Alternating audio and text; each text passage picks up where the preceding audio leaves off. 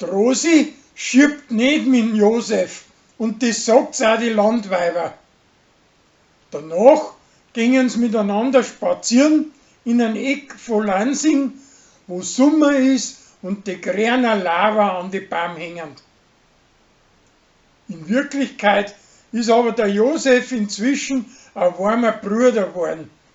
Und sein preußischer Spezi aus Teneriffa, der wo er jetzt gerade besucht und mit ihm auch im Sommereck spazieren geht, ist in Wirklichkeit sein warmer Gspusi. Die Rosi kommt da dahinter und kommt nicht zurecht damit.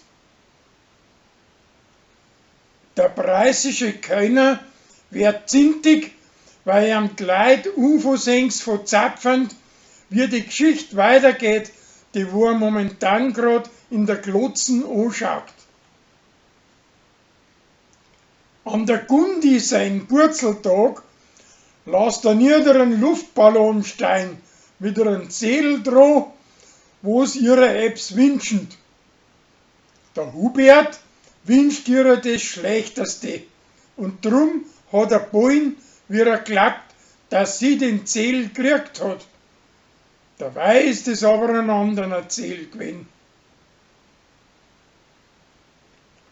Der Kathi sein Putzerl strampft wieder so viel im Bauch, dass sie gar nicht gescheit schlafen kann.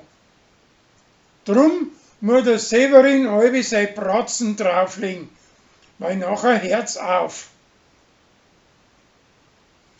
Der preußische Kölner meint, dass man sich neiche fremd machen kann, indem man die Leute ausrichtet. Auf die Weise erreicht er aber das glatte Gegenteil davon. Der Gemeinderat möchte alle Autos aus Lansing ausschaffen. Und drum hat der Michi Bullen wegen sein Geschäft. Schließlich kann er wenigstens durchbringen, dass man mit 20 Sachen das Dorf reinfahren kann. Das ist ihm aber zu wenig und drum hetzt er die Leute auf gegen den Gemeinderat.